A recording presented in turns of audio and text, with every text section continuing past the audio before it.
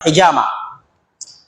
রাসূল সাল্লাল্লাহু আলাইহি ওয়াসাল্লাম বলেছেন, ইন্না আফদালা মা তাদাওয়াইতুম বিহিল হিজামা আও হুয়া মিন আমসালি দাওয়াইকুম। হে দুনিয়ার মানুষ, তোমরা যা যা দিয়ে চিকিৎসা করে থাকো, অ্যালোপ্যাথিক চিকিৎসা, হোমিওপ্যাথিক চিকিৎসা, গাছগাছালির চিকিৎসা, অপারেশন, যা কিছু দিয়ে তোমরা পৃথিবীতে চিকিৎসা করে থাকো, আফজাল মা তাদাওয়াইতুম বিহ, সকল চিকিৎসার মধ্যে সর্বশ্রেষ্ঠ চিকিৎসা হচ্ছে আল হিজামা আও আমসালু দাওয়াইকুম, অথবা তোমরা যত ওষুধ গ্রহণ করে থাকো সকল ওষুধের মধ্যে শ্রেষ্ঠ ওষুধ হচ্ছে আল হিজামা, হিজামা করা।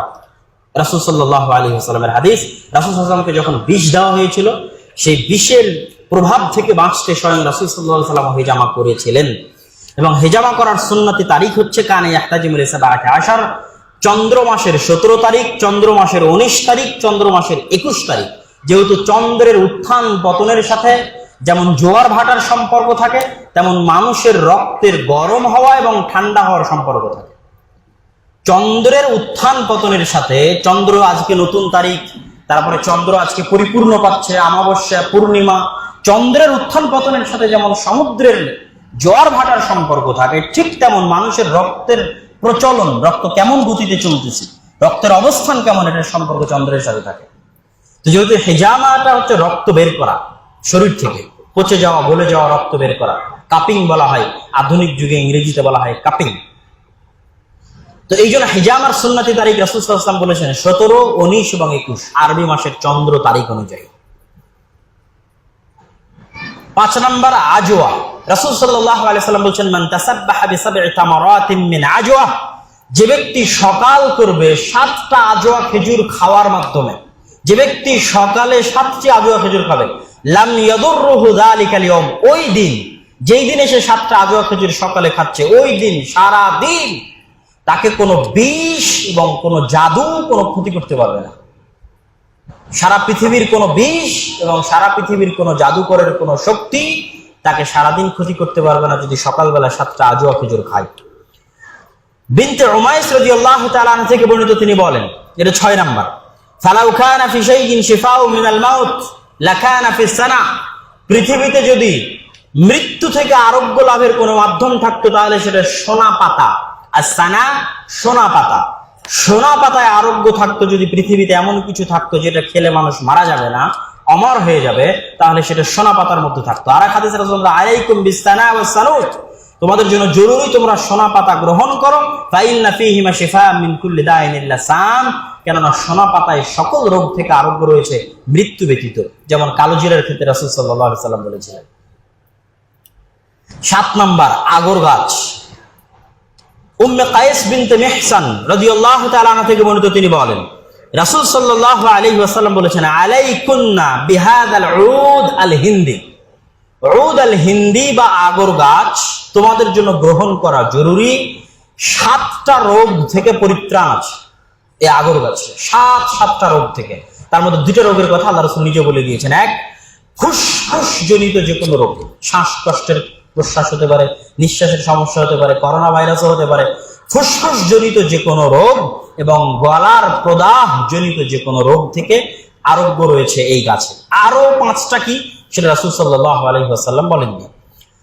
যায়েদ ইবনে আরকাম রাদিয়াল্লাহু তাআলা আনহু থেকে বর্ণিত, তিনি বলেন, রাসূল সাল্লাল্লাহু আলাইহি ওয়াসাল্লাম বলেছেন, তাদাউ মিন যাতিল জামবি বিল কুসত আল বাহরি, তোমরা কুসত আল বাহরি, এই কুসত আল বাহরিটা কি, এটার সরাসরি আরবি থেকে বাংলা খুঁজে বের করা অনেক সময় কষ্ট হয়। তো কেউ বলেছে কেউ গাছ, কোথ গাছ, খয়ের গাছ, চন্দন গাছ, কস্টাস, ইংরেজি নাম হচ্ছে কস্টাস, COSTUS। তো আল কুস্তাল বাহরি এবং জাইতুন তথা জাইতুন এবং কুস্তাল বাহরি তোমরা গ্রহণ করো, এটার মধ্যে আরোগ্য রয়েছে। জ্বরের ক্ষেত্রে রাসূল সাল্লাল্লাহু আলাইহি ওয়াসাল্লাম বলেছেন, ইন্নাল হুম্মা ফাওরুম মিন ফাওরি জাহান্নাম, জ্বর হচ্ছে জাহান্নামের তাপগুলোর একটা তাপ, জাহান্নামের গরমের একটা গরমের অংশ হচ্ছে জ্বর। ফাতফিউহা আনকুম বিমা, অতএব তোমরা জাহান্নামের আগুনকে নিভাও পানি দিয়ে। তথা জ্বরে মাথায় পানি দেওয়ার যে প্রচলন আমাদের সমাজে আছে, সেটা রাসূল সাল্লাল্লাহু আলাইহি ওয়াসাল্লামের হাদিস দ্বারাও প্রমাণিত। রাসূল সাল্লাল্লাহু আলাইহি ওয়াসাল্লাম 8 নাম্বার তালবিনা, আয়েশা রাদিয়াল্লাহু তাআলা আনহা বলছেন, আত-তালবিনা মুজিম্মাতুন লিফুআদিল মারিদ তুযহিবু বা'দাল হুজন। এটা একটা ব্যতিক্রম যে মানসিক হতাশা, মানসিক দুশ্চিন্তা, অন্তরের প্রশান্তি কোন খাবার গ্রহণের মাধ্যমে সম্ভব, আল্লাহু আ'লাম। কিন্তু হাদিসে আয়েশা রাদিয়াল্লাহু তাআলা আনহা বলছেন যে সম্ভব, যে তোমাদের মনের দুশ্চিন্তা দূর করা সম্ভব, তোমাদের অন্তরে প্রশান্তি আনা সম্ভব তালবিনার মাধ্যমে। তোমরা তালবিনা খাও, লিফুআদিল মারিজ, যে কোনো মানসিক রোগীর অন্তরে প্রশান্তি দিবে, ওয়া তুযহিবু বা'দাল হুজন, এবং যে দুশ্চিন্তাগ্রস্ত আছে তার দুশ্চিন্তা দূর করবে। তালবিনা কি? বার্লি বা জব, বার্লি বা জবের সাথে দুধ বা মধু মিশিয়ে যে খাবার তৈরি করা হয় সেটা কি বলা হয়? তালবিনা। রুগ্ন ব্যক্তির হৃদয়ে প্রশান্তি এবং মানুষের শোক ও দুশ্চিন্তা কমায়। রাসূল সাল্লাল্লাহু আলাইহি ওয়াসাল্লামের পক্ষ থেকে আরেকটা হাদিস, সেটা হচ্ছে কোথাও কেটে গেলে সেখানে রক্ত বন্ধ করার উপায়। ফাতেমা রাদিয়াল্লাহু তাআলা আনহা যখন রাসূল সাল্লাল্লাহু আলাইহি ওয়াসাল্লাম উহুদের যুদ্ধে আহত হলেন, তখন রাসূল সাল্লাল্লাহু আলাইহি ওয়াসাল্লামের রক্ত প্রবাহিত জায়গাগুলো থেকে রক্ত প্রবাহ বন্ধ করার জন্য তিনি একটা চাদর বা মাদুর আগুনে পুড়ালেন এবং সেটার ছাই ওই জায়গায় লাগালেন, যার ফলশ্রুতিতে রাসূল সাল্লাল্লাহু আলাইহি ওয়াসাল্লামের রক্ত প্রবাহ বন্ধ হয়ে গেল। এটা সহিহ হাদিস। ইবনে মাজাহ একটা হাদিস আছে, নবী সাল্লাল্লাহু আলাইহি ওয়াসাল্লাম, রাসূল সাল্লাল্লাহু আলাইহি ওয়াসাল্লাম বলেছেন, কানা ইযা সুদিআ, যখন তোমাদের কারো মাথা ব্যথা হয়, গাল্লাফা রাসাহু বিল হিন্না, সে যেন মেহেদি পাতা বেটে সেই মেহেদি পাতা মাথায় লাগায়, মেহেদি পাতার মাধ্যমে সে তার মাথা ব্যথা থেকে আরোগ্য লাভ করতে পারে। হাদিস সহিহ। রাসূল সাল্লাল্লাহু আলাইহি ওয়াসাল্লাম মেহেদি পাতা ব্যবহারের মাধ্যমে মাথা ব্যথা থেকে আরোগ্য লাভের জন্য বলেছেন। রুতাব খেজুর এবং শশা। আব্দুল্লাহ বিন জাফর রাদিয়াল্লাহু তাআলা থেকে বর্ণিত, তিনি বলেন, রাআইতু রাসূলুল্লাহ সাল্লাল্লাহু আলাইহি ওয়াসাল্লাম, আমি রাসূল সাল্লাল্লাহু আলাইহি ওয়াসাল্লামকে দেখেছি তিনি ইয়াকুলুর রতাবা বিল কিসা, তিনি রুতাব খেজুর, রুতাব খেজুর মানে হচ্ছে কাঁচা খেজুর। কাঁচা খেজুর আমাদের দেশে পাওয়া কঠিন, তবে ইদানিং অনেক কাঁচা খেজুর আমাদের দেশেও বাহির থেকে আনা হচ্ছে। খেজুর সৌদি আরবের প্রচন্ড প্রখর গরমে এবং তাপে পাকে, প্রচুর রোদ ছাড়া খেজুর পাকা সম্ভব নয়। ওই পাকার আগে কাঁচা খেজুর পাওয়া যায় এবং প্রচুর পরিমাণে আরবের মানুষজন কাঁচা খেজুর খায়। তো রাসূল সাল্লাল্লাহু আলাইহি ওয়াসাল্লাম বিভিন্ন রোগ থেকে আরোগ্য লাভের জন্য এবং সুস্থ থাকার জন্য কাঁচা খেজুর এবং শশা, কিসা মানে শশা, প্রচুর পরিমাণে শশা এবং কাঁচা খেজুর রাসূল সাল্লাল্লাহু আলাইহি ওয়াসাল্লাম খেতেন। মাছির অপর ডানায় শিফা। আবু হুরায়রা রাদিয়াল্লাহু তাআলা আনহু থেকে বর্ণিত, তিনি বলেন, রাসূল সাল্লাল্লাহু আলাইহি ওয়াসাল্লাম বলেছেন, ইদা ওয়াকাআত যুবাবু ফি ইনাই আহাদিকুম, যখন তোমাদের কারো পাত্রে মাছি পড়ে যায়, ফা ইন্না ফি আহাদি জানাহিহি দা, সে যেন ওই গোটা মাছিকে পানির পাত্রের মধ্যে ডুবিয়ে ধরে। এই জন্য যে মাছির এক ডানায় রয়েছে রোগ আর মাছির আরেক ডানায় রয়েছে আরোগ্য। এই হাদিসের উপর সৌদি আরবের একটি বিশ্ববিদ্যালয়ের একদল গবেষক সরাসরি পরীক্ষা চালিয়েছে, সরাসরি হাদিসের উপর, এবং তাদের গবেষণাপত্রের নামই হচ্ছে রাসূল সাল্লাল্লাহু আলাইহি ওয়াসাল্লামের এই হাদিসের নাম, যে মাছির এক ডানায় শিফা। এটা গবেষণাপত্রের নাম, হাদিস আবু হুরায়রা রাদিয়াল্লাহু তাআলা আনহু। তারা অনেকভাবে মাছি পাত্রে পড়ার পরে সেখানে কি পরিমাণে জীবাণু থাকে, সেখানে কি পরিমাণে বিষাক্ত পদার্থ থাকে, তারপরে পুরো মাছিকে সেই পানির মধ্যে ডুবিয়ে ধরে উঠানোর পরে সেই পানিতে কি মাত্রায় জীবাণু কমে যাচ্ছে, কি মাত্রায় বিষাক্ত পদার্থ কমে যাচ্ছে, তার সরাসরি এক্সপেরিমেন্ট চালিয়ে তারা পরীক্ষা করেছে যে সাদাকান নবিয়ুল আমিন আস-সাদিকাল আমিন, যে সত্যবাদী আমানতদার মরুভূমির নবী মুহাম্মদ সাল্লাল্লাহু আলাইহি ওয়াসাল্লাম 1400 বছর আগে সত্য বলেছেন যে মাছির এক ডানায় রোগ রয়েছে। যদি মাছি কারো খাদ্যদ্রব্য এবং কারো পাত্রে কারো পানীয়তে পড়ে যায়, সেজন্য মাছিকে আরো মজবুত ভাবে খাদ্যদ্রব্যের মধ্যে ডুবিয়ে ধরে, কেননা মাছির আরেক ডানায় আরোগ্য রয়েছে। রোগ আর আরোগ্য দুটোই যখন খাবারের সাথে মিশে যাবে তখন আর রোগ হওয়ার সম্ভাবনা থাকবে না, সেই খাবারকে তখন সে নিশ্চিন্তে নির্ভয়ে গ্রহণ করতে পারবে। হাদিস সহিহ বুখারী, রাসূল সাল্লাল্লাহু আলাইহি ওয়াসাল্লামের হাদিস। জাইতুন। ওমর ইবনুল খাত্তাব রাদিয়াল্লাহু তাআলা আনহু থেকে বর্ণিত, তিনি বলেন, রাসূল সাল্লাল্লাহু আলাইহি ওয়াসাল্লাম বলেছেন, কুলুজ যাইতা, তোমরা জাইতুন খাও, ওয়াদাহিনু বিহ, এবং জাইতুনের তেল গ্রহণ করো, ফা ইন্নাহু মিন শাজারাতিন মুবারাকাহ, কেননা পৃথিবীতে যে বরকতময় গাছগুলো রয়েছে, বরকতময় গাছগুলোর মধ্যে একটা ব্যতিক্রম বরকতময় গাছ হচ্ছে জাইতুনের গাছ। বরকতময় গাছের বরকতময় ফল, অতএব বরকতময় ফল তোমরা খাও এবং সেই বরকতময় ফলের তেল, জাইতুন বলতে অলিভ অয়েল যেটাকে আপনারা বলছেন আজকে, এক্সট্রা ভার্জিন অলিভ অয়েল যেটা বলছেন সেটাই জাইতুন।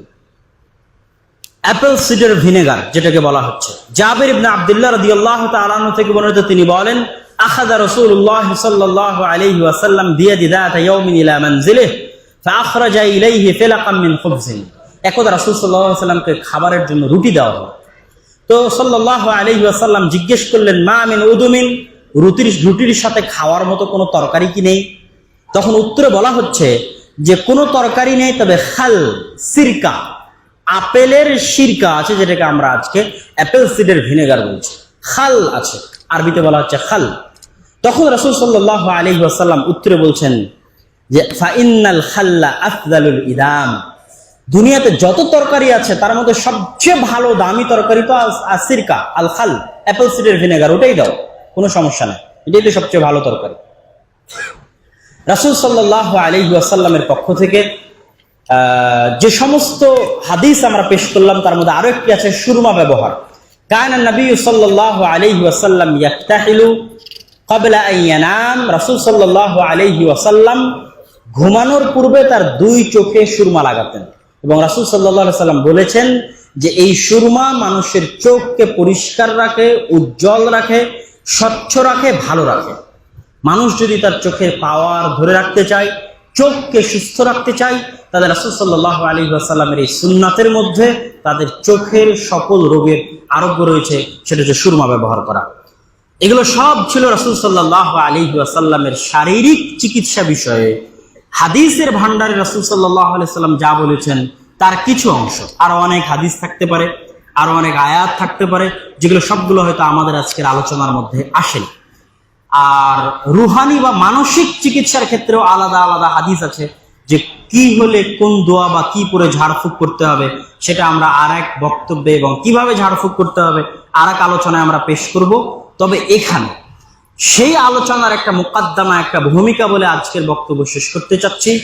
সেই আলোচনার মুকদ্দমা এবং ভূমিকা হচ্ছে, আমরা যারা জিন, শয়তান বা মানসিক বা রুহানি যে রোগগুলোতে আক্রান্ত বা জাদু যেটাই বলি না কেন, এগুলো থেকে মুক্তি পাওয়ার ক্ষেত্রে ইসলামের যে দোয়া, দরুদ, জিকির, আজকার দেওয়া আছে, এগুলোর সাথে মানুষের মানসিক সম্পর্কের অনেক গুরুত্ব আছে, মানসিক বিশ্বাসের অনেক গুরুত্ব আছে।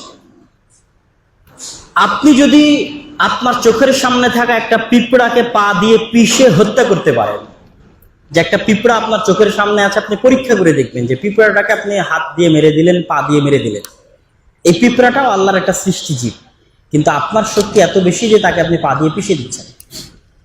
তো এই পিঁপড়াটা যেমন সৃষ্টিজীব, জিন, শয়তান, কালো জাদু বা যারা বদনজর করবে, যারা জাদু করবে, এরা সব কার সৃষ্টিজীব?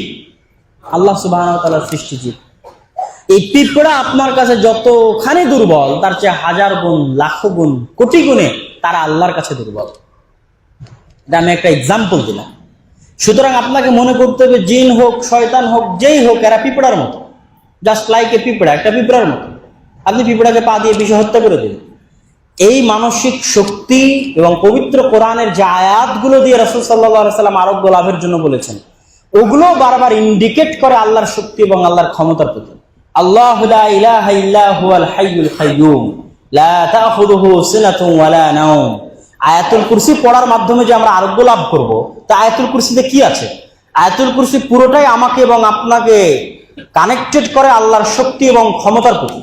আল্লাহু লা ইলাহা ইল্লা হুয়াল হাইয়ুল কাইয়্যুম, ওই আল্লাহ সুবহানাহু ওয়া তাআলা ব্যতীত ইবাদতের যোগ্য কেউ নেই, যিনি আল হাইয়ুল কাইয়্যুম, চিরঞ্জীব, চিরস্থায়ী। তথা যেই জিন আমাকে ক্ষতি করতে চাচ্ছে সে চিরঞ্জীব, চিরস্থায়ী নয়। যেই জাদুকর আমাকে জাদু করেছে সে চিরঞ্জীব, চিরস্থায়ী নয়। যে বদনজর দিচ্ছে সে চিরঞ্জীব, চিরস্থায়ী নয়। আল হাইয়ুল কাইয়্যুম, চিরঞ্জীব, চিরস্থায়ী একমাত্র আল্লাহর সত্তা। লা তাখুযুহু সিনাতুন ওয়ালা নাওম, যাকে তন্দ্রা, ক্লান্তি, নিদ্রা স্পর্শ করে না। এইভাবে যখন আপনি সামনে আগাতে থাকবেন, সবগুলোতে যারা আপনার শত্রু শক্তি, তাদের দুর্বলতা প্রমাণ হবে আল্লাহ সুবহানাহু ওয়া তাআলার সামনে। আল্লাহু আলা কুল্লি শাইইন কাদির, আর আল্লাহ সকল কিছুর উপর ক্ষমতাবান। সুতরাং আপনার মন যত মজবুত হবে, যত শক্তিশালী হবে, কোরআনের আয়াত এবং আল্লাহর শক্তির প্রতি আপনার বিশ্বাস যত বেশি হবে, আপনি তত শিরক থেকে বাঁচতে পারবেন, আপনি তত মানসিক যে রোগ ব্যাধিগুলো রয়েছে এগুলো থেকে বাঁচতে পারবেন। এই জন্য যে শয়তান মানুষের শরীরে প্রবেশ করে বা মানুষের শরীরের উপর আসর তৈরি করে দুইটার সময়, এক যখন মানুষ প্রচুর রাগান্বিত থাকে, অথবা যখন মানুষ প্রচুর ভীত থাকে। এই জন্য আল্লাহ রাসূল রাগান্বিত হওয়াকেও শয়তানের পক্ষ থেকে বলেছেন, এবং ভীত হওয়া থেকেও রাসূল সাল্লাল্লাহু আলাইহি ওয়াসাল্লাম পরিত্রাণ চেয়েছেন। অতএব আমাকে এবং আপনাকে সাহসী থাকতে হবে এবং আল্লাহ সুবহানাহু ওয়া তাআলার শক্তির উপর বিশ্বাস রাখতে হবে। তিনি আমাদেরকে যাবতীয় রোগ ব্যাধি বালা মুসিবত থেকে উদ্ধার করতে পারেন, আরোগ্য দান করতে পারেন। আর আজকে আমরা হাদিসে যে রাসূল সাল্লাল্লাহু আলাইহি ওয়াসাল্লামের বিভিন্ন দিক নির্দেশনাগুলো পড়লাম এবং জানলাম, এগুলোর উপর যদি আমরা আমল করতে পারি, খেতে পারি, গ্রহণ করতে পারি, আমরা আশা করতে পারি যে আমরা আল্লাহ সুবহানাহু ওয়া তাআলার দয়ায় বিভিন্ন কঠিন থেকে কঠিন রোগ ব্যাধি না হওয়া থেকেও বেঁচে যাব, এবং যদি হয়ও তাহলে আমরা সেগুলো থেকে আরোগ্য লাভ করব। আল্লাহ সুবহানাহু ওয়া তাআলা আমাদের সকলকে যাবতীয় রোগ ব্যাধি থেকে আরোগ্য লাভ করার তৌফিক দান করুন, আল্লাহুম্মা আমিন। এবং আমাদের সকলকে যারা সুস্থ আছি তাদেরকে সুস্বাস্থ্য এবং দীর্ঘায়ু নেক হায়াত দান করুন, আল্লাহুম্মা আমিন।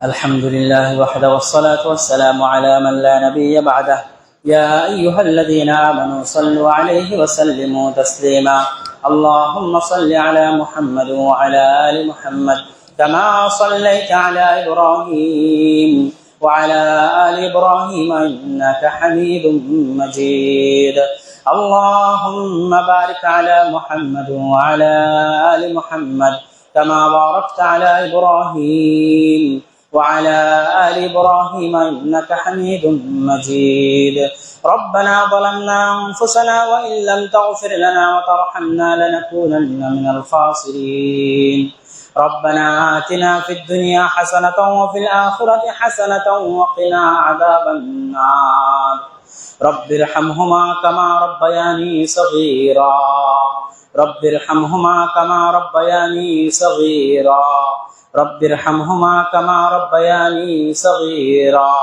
رب ارحمهما كما ربياني صغيرا اللهم انصر المسلمين المظلومين المؤمنين المجاهدين في كل مكان اللهم انصر المسلمين المؤمنين المظلومين المجاهدين في كل مكان اللهم اخذل اليهود والنصارى والكفرة والمشركين اللهم اخذل اليهود والنصارى والكفرة والمشركين اللهم اشف مرضانا ومرضى جميع المسلمين اللهم اشف مرضانا ومرضى جميع المسلمين اللهم احفظ بلادنا وبلاد سائر المسلمين اللهم احفظ بلادنا من كيد الكائدين ومكر الماكرين اللهم احفظ بلادنا من كيد الكائدين ومكر الماكرين سبحان